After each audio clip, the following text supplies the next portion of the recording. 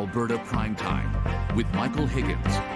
Welcome to Alberta Primetime. Ahead tonight, our Friday panel on growing concerns over measles cases in our province. But first, selling the move to a provincial police service.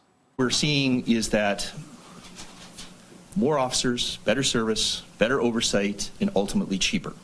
The government has introduced legislation to create a Crown corporation overseeing development of a provincial police service, the minister says, while RCMP will continue to operate.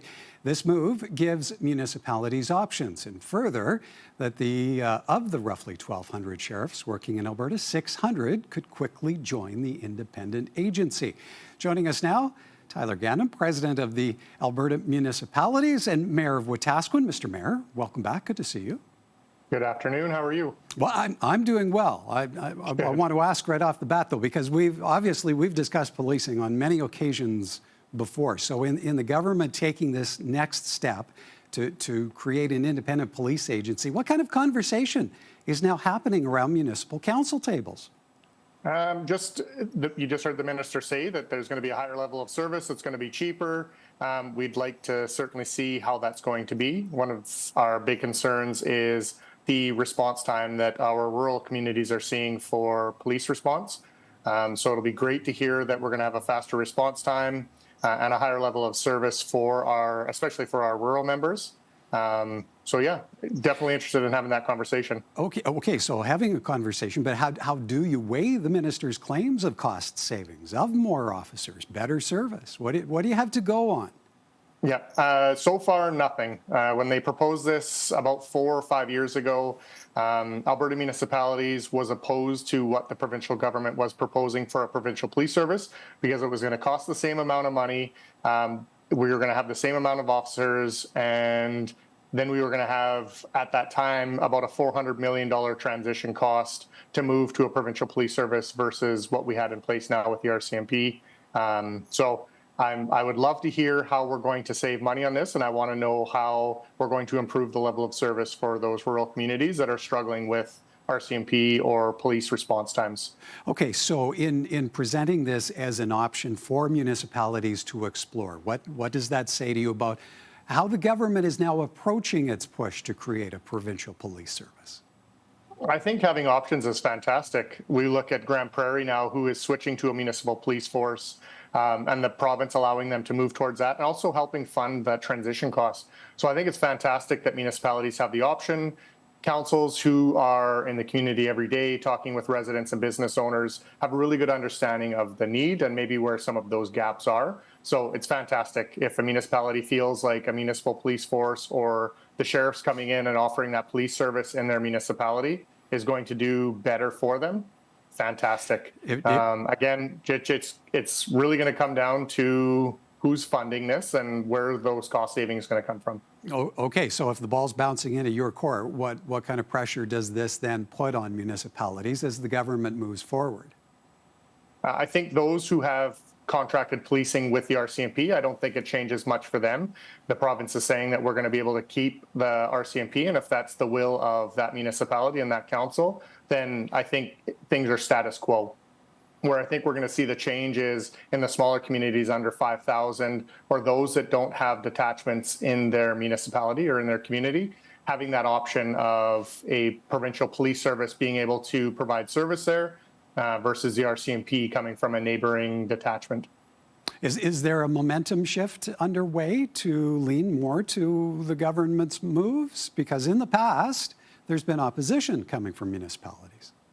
Yep, for sure. And again, it came down to where was that funding going to come from? We're going to lose the federal supplement.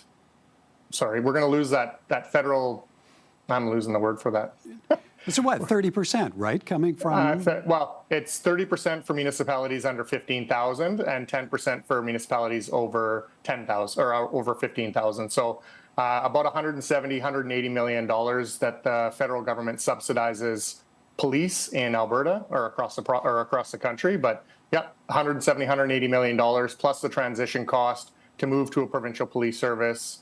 And then when through that proposal, we weren't seeing a change in the number of officers we were going to have or how that was going to increase the level of service. Okay, so still a few questions to be asked and answered before this moves forward. Yeah, absolutely. Okay, so maybe on another front, Smith government introducing legislation to repeal all municipal codes of conduct. Where do you weigh in on the necessity of such a move? So we've been talking with Minister McIver and the government about this for a little while, and I think it makes a lot of sense to have one code of conduct across the province instead of 330 different codes of conduct in each of the municipalities. So I think we will support that moving forward. One of the issues that we're going to have with that, though, is the gap between when this legislation gets passed and the new legislation is introduced and passed, is that we're not going to have codes of conduct for municipalities, and there won't be the ability to sanction members of council when they are breaching those codes of conduct. So that little bit of a gap, I think, is going to be a hiccup in the big picture. But with the province proposing an integrity commissioner or an ethics commissioner coming in and then working with both associations, RMA and Alberta Municipalities, to develop a code of conduct that would go province-wide, I think that's going to help a lot. Some of the reasoning behind that, I'm not convinced about. Looking at some of the cases that had been tried or gone to court and felt like the codes of conduct had been weaponized or the sanctions had been weaponized, I don't think is taking into consideration the dozens of other codes of conduct breaches and sanctions that were implemented where council was able to rectify the problem on their own without it being a public issue. Okay, and how much of a voice do you expect to have in building out a single code of conduct or some different form of replacement? Yeah, I think we're going to have a good opportunity with that between us and RMA. I think we've got the minister's ear on that. We've got a bunch of municipalities with codes of conduct. We're going to be able to figure out what works, what hasn't been working, and streamline that process. The other thing, too, having a provincial ethics commissioner is that it takes that away from the town or village or city manager and gives that back to the province or a third-party oversight where CAOs aren't the ones investigating or moving forward on a complaint about a member of council who is ultimately part of that board who is their boss. So it makes for maybe an awkward situation sometimes if they're having to investigate a breach. So I think having that done third party through the province is going to help with alleviate some of those issues. Okay, we'll have to leave it there for time. As always, appreciate your time, Mayor Gandam. Thank you kindly. Thank you. Yeah, no, thank you. Tyler Gandam, President of Alberta Municipalities.